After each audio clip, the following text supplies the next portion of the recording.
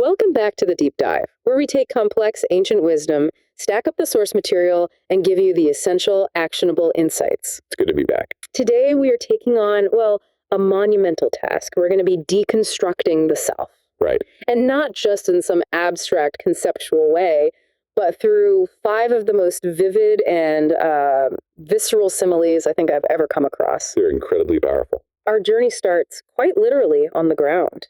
We're sitting right on the banks of a sacred river in ancient India. Indeed. We're at a place called Ayojjha, right on the bank of the great river Ganga. And this is where the Buddha addressed his monastic disciples, the bhikkhus. In what seems like a short, but just an utterly revolutionary discourse. It is. It's profound. The core text for today's deep dive is the Pheṇapiṇḍūpama Sutta. Which translates to the Discourse on the Simile of the foam ball. The foam ball. And our mission today is simple, but it's also incredibly deep. We want to understand precisely how the Buddha used 5 common everyday images. Things like foam, a water bubble, a mirage, a plantain trunk, and even a magic show. Right. To systematically dismantle this fundamental illusion that we all carry around with us, the illusion of a permanent self. And to really get our heads around this, we have to be clear on what exactly is being deconstructed. The target, so to speak. Exactly. The Buddha focuses his analysis on what are called the 5 aggregates, or the khandhas. Okay, so let's break those down really quickly. Sure. They are form, which is Rūpa, feeling, Vedanā, perception, Saññā, then mental formations, Sahura. And finally, consciousness, or Viññā. And together, these 5 categories represent the entire structure of our subjective experience. They're the sum total of everything we typically lump together and mistake for a solid, enduring me. And I think most of us, we walk around just assuming these things are real and dependable. We think we have a body that lasts, emotions that define who we are, a core consciousness that is this permanent I. And that very assumption, according to this teaching, is the source of all suffering. So these similes, they're not just nice stories. They're instruments for radical critical thinking. Tools. Very precise tools. They're designed to transform this entire information field we call me into an object that you can analyze right here, right now. And what's so crucial here is the systematic nature of it. The Buddha doesn't just, present the images and say, think about this. He mandates a specific investigative process. It does. The process requires a kakuma puriso, which literally means a person with good sight. A discerning practitioner. Someone who is really looking. Exactly. And that person has to perform 3 specific actions and apply them rigorously. Which are? Seeing, which is pasati, observing closely, vishati, and examining thoroughly, yoniso, upaparikkhati. So it's this almost scientific 3-step method. You see it, you zoom in, and then you analyze it from every angle. It's an exercise in merciless, focused introspection. And this method is the indispensable tool for this whole deep dive into reality. Why merciless? Because the outcome of this investigation is non-negotiable. It applies across all 5 of the aggregates, and the conclusion is, well, it's devastating to the ego. Which is? After this process, each aggregate is revealed to be Ritaka, Tachaka, and Asaraka. Empty, hollow, and without substance. Exactly. This complete absence of what's called sara, an enduring essence, something that could provide a basis for permanence or identity, that is the guiding theme. So this isn't saying that, our bodies and feelings don't exist. Not at all. It's not nihilism. It's saying they lack the intrinsic, solid identity we instinctively search for and cling to, and that distinction is vital. Okay, so let's unpack this. Let's apply that thorough examination right now. We have to start with the most tangible aggregate, the one that anchors us in physical space. Great breath. Form. So we begin with simile 1, the image that actually gives the whole discourse its name. The great lump of foam, which the Buddha applies to Rūpa, or form. Right. And he invites the bhikkhus to look at the powerful, churning Gala River and to imagine it carrying along this substantial mass of foam, a mahanta fapicha. And this isn't just one tiny bubble, is it? It's a big, visible, floating mass that, from a distance, it looks pretty solid. It does. And the choice of location is so evocative. The river Gag is this symbol of permanence of eternity in the Indian consciousness. Right. But the object he points to, the foam, is the absolute epitome of fleeting existence. It's the perfect contrast. So the man with good sight, our practitioner, has to observe this lump of foam very closely. What is its nature? Well, it's born from the river's turbulence. It's conditioned by agitation, exactly. It exists for just a moment, riding the surface. And if you try to grab it to capture it dissolves, it's gone. Right. So the critical question the Buddha poses is rhetorical. For what substance, monks, could there be in a lump of foam? And the answer is obvious. None. None whatsoever. So we're meant to apply this incredibly ephemeral quality to Rūpa, to form. And that includes all physical phenomena. Yes, and the sources are incredibly comprehensive here. It's not just our own body. It's objects we own, things that are in the past, in the future, or in the present, near or far. It's a total dismissal of physical permanence. And we have to pause here, because for most people listening, this challenges our most deeply held beliefs. Our entire lives, our identity, our security, our status, it's all structured around the implicit belief in the sara, the substance, of Rūpa. Absolutely. We chase money to secure the form. We pursue health and beauty to preserve the form. We buy things. We amass possessions to validate the form. Right. Our modern material obsession, the huge house, the expensive car, the constant upgrading of our tech, it's entirely rooted in this delusion that physical objects possess some enduring essence. An essence that can sustain or enhance our own perceived permanence. But if the physical body and everything it interacts with is just a great lump of foam, well, how does that redefine our goals? It changes everything. It forces a cognitive shift away from accumulation and toward understanding process. The physical body, when you really examine it, isn't a solid object. It's an ongoing, ephemeral churn of atoms, biological processes, energy exchange. It's constantly being generated and dissolved moment by moment. Just like foam created by the continuous current of the river. The lump might look solid from a distance, but the moment the discerning eye or hand engages with it, the illusion is broken. So the practitioner who truly sees, observes, and thoroughly examines their own physical form has to conclude that this body, this thing they feed and clothe and decorate, is empty, hollow, and without substance. Yes. The foam analogy challenges our deepest, most primal assumption. That the tangible world is a reliable, solid foundation for our lives. If you try to hold firm, you realize you're not really holding anything. Precisely. And the moment we apply that realization to our own physical reality, that deep-seated impulse to cling to form, whether it's our health, our looks, our possessions, it begins to weaken. And realizing that the tangible world is actually the easiest illusion to pierce. That feels like it's the foundation for what comes next. It is, because the next two similes move even faster into the immediate mental stream. We're moving from the solid structural illusion of the body to the rapid-fire internal stream of consciousness. Shifting gears, we enter the inner life. We're going to tackle the two aggregates that are so often confused for the self, feeling and perception. Right. And we start with Simile 2, the water bubble, which corresponds to Vedanā, or feeling. Bubble? And again, the scene is set with such precision to emphasize speed. The context is Saradasamai, the autumn season, during a heavy, intense downpour. Solo fisatike de vasante. Yes. And in this moment of agitation, a water bubble, an udakapubhya, arises from the surface and immediately bursts. Gone. Instantly. What stands out to me here is the element of extreme brevity. The foam lump might drift for a few seconds, maybe even a minute. But the water bubble, it emphasizes immediate dissolution. It's born and gone in an instant. That speed is absolutely critical for understanding Vedanā. Every single pleasant, unpleasant, or neutral feeling we experience. Because in the moment they arise, feelings are just. They're overwhelmingly real. They dominate our attention. They define our mood. They drive our reactions and desires. Completely. When we feel joy, we desperately want to hold on to it. When we feel pain, we desperately want it to stop. We treat joy like it's some solid treasure we can put in a box, and pain like it's a permanent threat we have to eradicate.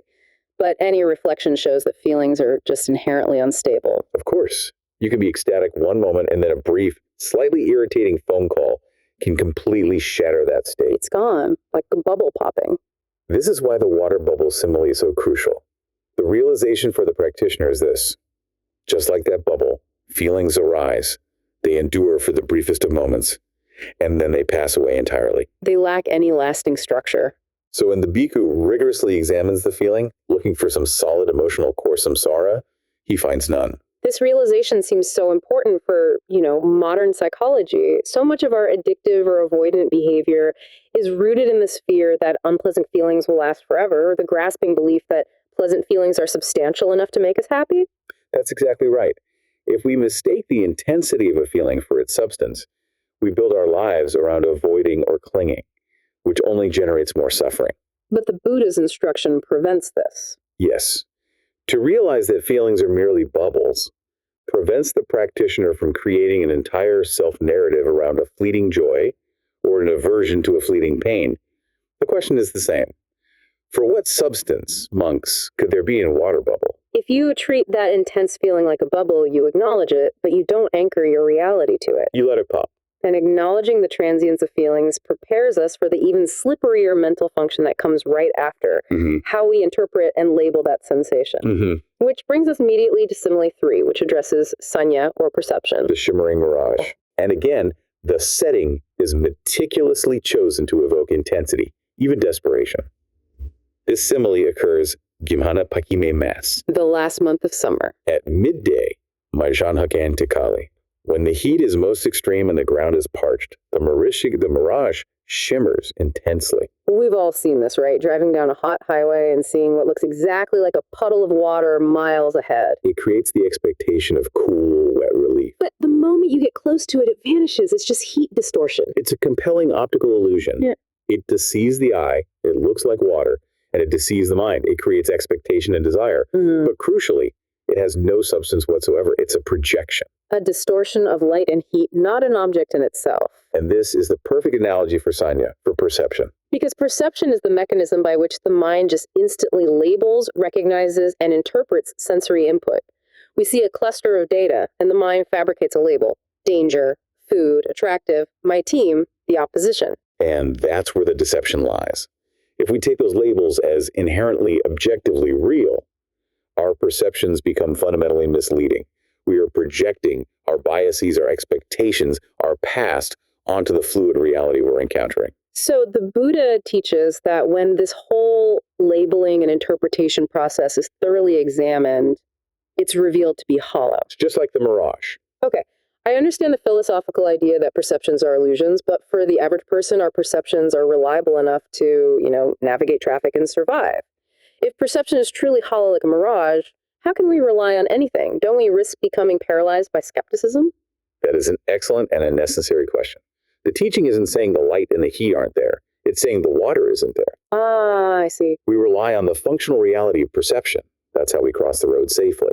The problem arises when we search for sara, for substance, in that perception. When we treat the label as more real than the underlying unlabeled phenomenon. Like confirmation bias, we see a few data points in the world, and our perception immediately fabricates a mirage that confirms our existing political or social belief, and we run toward that mirage as if it were objective truth. Precisely. Think about social media or tribal political thought today. These are powerful mirages, shimmering with certainty and validation. Millions of people are running towards these fabricated realities, expecting nourishment, expecting truth. And they just find more heat distortion. Exactly. The mirage illustrates that perception is inherently flawed when we use it to seek ultimate truth. Yeah. It creates a compelling idea of reality, but it lacks any substantial, enduring core. So this moves us from that fleeting, immediate mental stream into the deeper, more constructive, and often more dangerous processes of the mind. Yes. The will and the ultimate knower. We're now moving into part 3, dealing with the two most complex aggregates. And the similes get more elaborate because they're addressing the mind's ability to act, to intend, and to know. We start with Simile 4, this detailed scenario of the plantain trunk, which is applied to sakhara, or mental formations. Right. And the narrative itself is an elaborate exploration of effort and futility. The setup is key. The character is a man who is Sarathiko Saragavesi Sarpariyasana Karamano. A man explicitly searching for heartwood, seeking heartwood, investigating for heartwood. This isn't a casual search. It implies a desperate, focused spiritual or existential effort. He enters the forest with a sharp axe, and he finds what he thinks is the perfect specimen, a straight, fresh plantain trunk, a kadali kanta.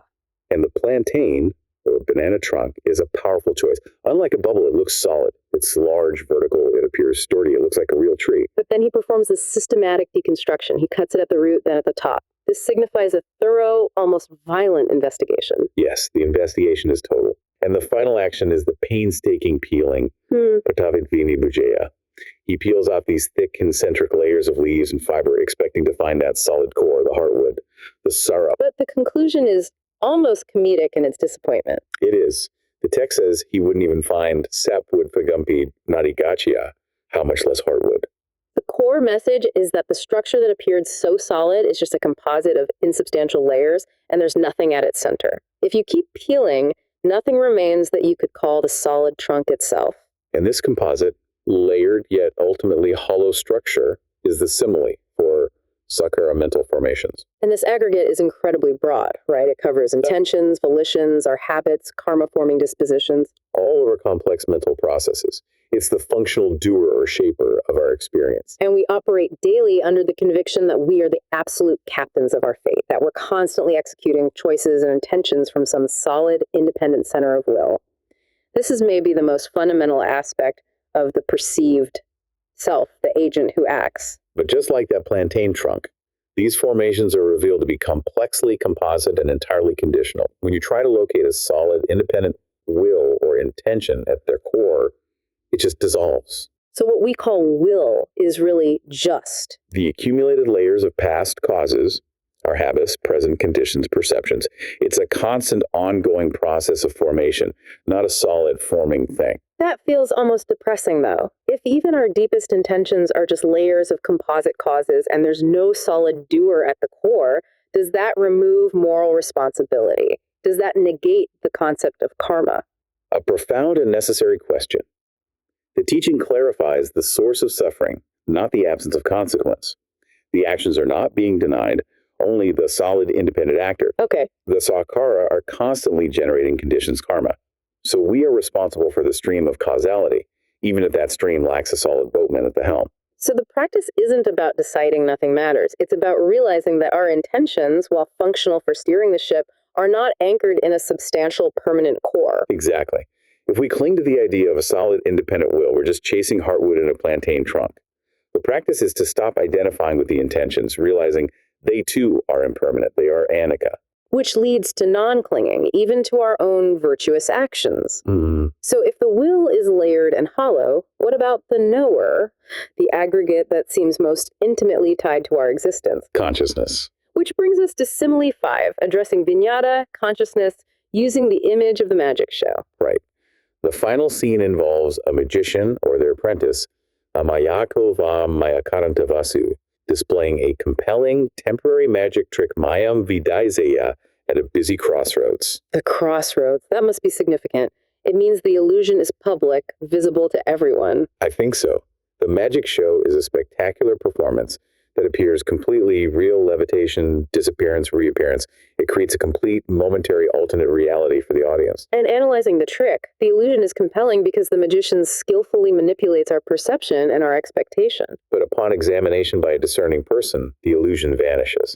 There's nothing solid or independent behind the trick. The illusion depends entirely on the magician's sleight of hand and the audience's willingness to be deceived. Applying this to viññāṭa, consciousness.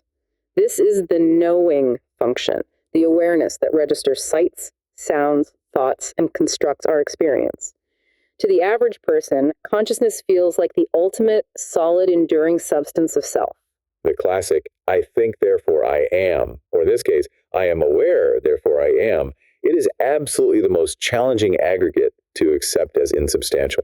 So what's so subtle about the emptiness of consciousness? It's that consciousness is revealed not to be a standalone entity just waiting to be aware of things. It's a dependent process. It only arises in conjunction with the other aggregates. So it depends on a sense space, like the eye, and an object like a form to even exist. Exactly. The sources are clear that the moment of awareness is ephemeral and dependently arisen. So if you examine the means of its production thoroughly, how that moment of sight or hearing came about, you find no solid, independent consciousness entity. It's a momentary construction, a cognitive trick. Revealed to be empty, hollow, and without substance. We've now broken down all 5 similes, but there seems to be a crucial relationship here we need to analyze: their interdependence. How does the emptiness of the foam, the bubble, and the mirage actually enable the magic trick of consciousness? This connection is the ultimate insight of the sutta. If you think of them as functional layers, they're constantly feeding each other. Consciousness, viññāṭa, cannot arise without the other 4 aggregates, which are sometimes collectively called nama-rūpa, name and form. Precisely. The consciousness that knows, the magic show, requires the physical basis, the foam body, and it requires a mental experiential input, the noma aggregates. the bubble of feeling, the mirage of perception. Yes, a feeling bubble needs the base of the body to be experienced, and it needs the labeling of perception to be recognized as pleasant or unpleasant. Yeah. In turn, that entire composite feeds the next moment of intentional action, The plantain trunk. which then generates the next moment of awareness. The magic show. So the magic trick of consciousness is so compelling precisely because it's built entirely out of the illusionary components of the other four aggregates. The whole structure seems solid, but it's a composite illusion built on insubstantial parts. The structure is undeniably functional. It allows us to navigate the world. But when examined for that permanent, enduring, independent core, it was revealed as hollow, and that completes the deep dive into the aggregates. Now we have to talk about the payoff. We've broken down the 5 illusions, so what is the immediate practical outcome for the practitioner, the Suttava Arya Savako, the well-instructed noble disciple, when they truly realize this? The realization that form, feeling, perception, mental formations, and consciousness all lack an enduring essence immediately triggers a state of disenchantment. The word is nibindati. And disenchantment in English sounds a bit passive, maybe cynical, but the Pali suggests something more active, doesn't it? Far more active. It's like a tearing away of a spell. It's like seeing the magician's hidden wire for the first time. You realize the grand deception, and you no longer find any inherent charm or promise in clinging to the aggregates. And this profound disenchantment leads to dispassion. Yeah. Virajati. You stop being driven by the illusory promise of the aggregates. You stop desperately clinging to the joy bubble or fighting the pain bubble. And dispassion is the necessary precursor to freedom. It is. Through dispassion, the practitioner is liberated, vimukkhati, and the final knowledge is gained. The realization that the illusion has been broken for good. The definitive understanding follows. There is no further for this state of being. The practical payoff is total freedom from the cycle of suffering. Exactly. Freedom generated by seeking permanence where none can be found. And this prose section formally concludes the core teaching. But the Buddha, the Sugata, then summarizes the entire instruction in these powerful, memorable verses. Designed to be concise, instructional, and to really drive home the urgency of the practice. Let's review those concluding verses because they just wrap up the core message with such visceral clarity. It starts by explicitly recalling each simile. Yes. The teacher, the kinsman of the sun, concisely lists the insights, tying the visual image directly to the philosophical concept. He says, form is like a lump of foam. Feeling is like a water bubble. Perception is like a mirage. Mental formations are like a plantain trunk. And consciousness is like a magic show, less taught by the kinsman of the sun. 5 explicit analogies for the 5 core truths. But immediately after this, the verses return to the indispensable methodology. It reinforces that this is not a doctrine to be believed, but a reality to be seen. Right, it says, however one observes and examines thoroughly, it becomes empty, hollow, for one who sees it thoroughly. That repetition underlines that true insight requires continuous, diligent investigation. Intellectual agreement isn't enough. The realization must be seen and confirmed through continuous practice. And then the verses pivot to a very stark, unavoidable reality, focusing intensely on the ultimate impermanence of the physical body, of Rūpa. Yes, the one of vast wisdom focuses on the 3 conditional elements that abandon the body at death, confirming its total lack of Sara. And those 3 are Oyu, which is life or vitality, Usma, body heat, and Vinyaka, consciousness. Once these 3 abandon the form, the body is left cast aside. And the imagery here is designed to be uncompromisingly realistic. The verse says it lies apavida taraseri parapata asana. Cast away, a senseless meal for others.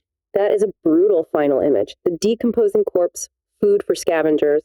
It's the ultimate physical proof that the foam had no enduring essence. It connects the theoretical analysis of the foam with the undeniable outcome of existence. And the Buddha then generalizes, looking at the entire continuity of the aggregates, the Santano, and uses this dramatic warning language. He calls this continuity a babbling illusion, balalapini maya. Why babbling? Because it speaks promises it cannot keep. It chatters about permanent satisfaction, self-identity. It deludes the bala, the foolish or unwise person. And crucially, he calls this stream of aggregates a killer, a vadhako. It's destructive, not because the aggregates are inherently evil, but because the delusion of permanence within them is destructive. Clinging to them leads only to pain, disappointment, and rebirth. That is the killer of liberation. No substance is found here. So we have the analysis, the summary, and the stark warning. And now we get the final, intense guidance for the practitioner. The focus shifts entirely to urgency and relentless effort. This is the critical final instruction. The monk, the bhikkhu, must observe the aggregates constantly, diva vayati varate, Day or night. with mindfulness, paisato, and clear comprehension, sampajana. It requires aroused energy, aradaviryo, which leads to abandoning all the fetters that bind us. And then comes that truly evocative comparison of urgency. Yes. The comparison to a life or death situation. He should wander as if his head were a flame. Karyadidasasava. Think about that. If your hair was literally on fire, you wouldn't calmly finish this deep dive? You wouldn't check your messages or plan your next step? No, every fiber of your being would be focused on immediate, radical action to find water, to find safety. That level of absolute, desperate, nonstop urgency is what's required in the pursuit of the unshakable state, the upaparikkhati. Nibbana. Liberation. It's incredible. This whole teaching, built on 5 humble, functional similes: foam, bubble, mirage, plantain, and magic, is designed to dismantle the entire structure of self so effectively that the practitioner is just spurred into immediate, nonstop action toward freedom. We started on the banks of the Gaga, and we ended in the fiery urgency of liberation. What an incredible deep dive into the Pheṇapiṇḍūpama Sutta. We used 5 simple physical images to systematically dismantle the 5 aggregates: form, feeling, perception, mental formations, and consciousness. We've really taken a shortcut to realizing why clinging to any element of our experience, seen or felt, leads inexorably to suffering. Because there's no sorrow, no enduring essence in any of it. And the enduring brilliance of this teaching is in providing that concrete, accessible imagery, the foam you can almost touch, the mirage you've definitely seen, to deconstruct these massive, complex philosophical concepts. It turns abstract introspection into a vivid, almost scientific examination. Where the tool is thorough observation, and the result is the realization of emptiness, which leads to freedom. It truly grounds philosophical insight into a radical, urgent mandate for action. But let's leave you with one final thought, something to mull over as you transition back into the flow of your life. The sutta instructs the practitioner to seek the unshakable state-ultimate liberation with the urgency of someone whose head is on fire. Now consider the primary pursuits in your life, your career goals, the things you want to buy, the relationships, the psychological patterns you cling to. All of it. When you examine them thoroughly, knowing that all form, all feeling, and all consciousness are transient and conditional, what pursuit truly warrants that level of radical, desperate urgency, and what doesn't? Where, in the midst of all this emptiness and illusion, does your heartwood truly lie? Think about that. Thank you for joining us for this deep dive. We'll see you next time.